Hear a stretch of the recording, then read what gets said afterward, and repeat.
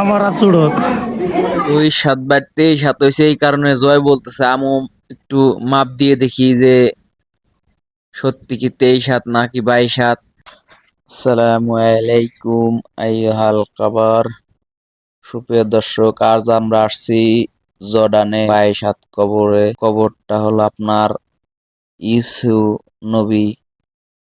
আবার কেউ ভাবেন না নবী, ইসুফ নবী না, আপনার ইউসু নবী। শুনছি আমরা কবরটা 22 লম্বা।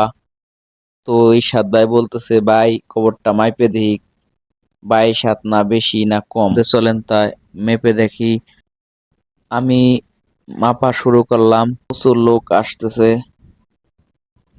দেখতে দেখতে আপনার অনেক লোক হয়ে গেল।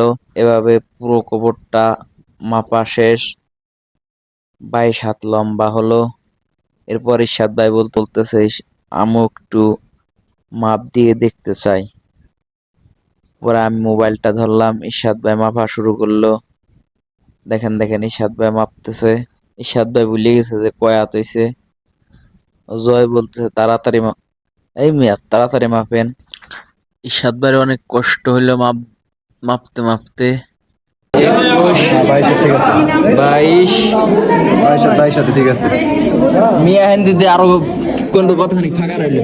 আপনি আপনি 23 আমার আর ছুড়ো ওই 7/23 হয়েছে, এই কারণে জয় বলতেছে আমু একটু মাপ দিয়ে দেখি যে সত্যি কি 23 নাকি 22।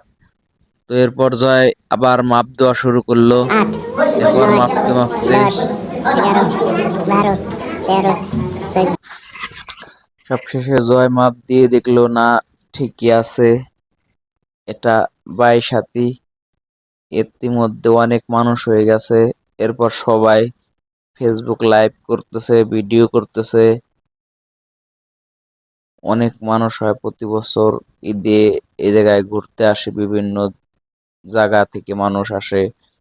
সবাই তো লাইভ করতেছে, জয় ওই পাশ দিয়ে আসতেছে আর বলতেছে শালারা শুরুটা করছে কি। সবাই দিয়ে ফেসবুক লাইভ করতেছে। যদি আপনি 22 কবর দেখে থাকেন কমেন্টে লিখুন, আর যদি না দেখে থাকেন তাহলে লিখুন, আর যদি দেখার ইচ্ছা থাকে তাও লিখুন।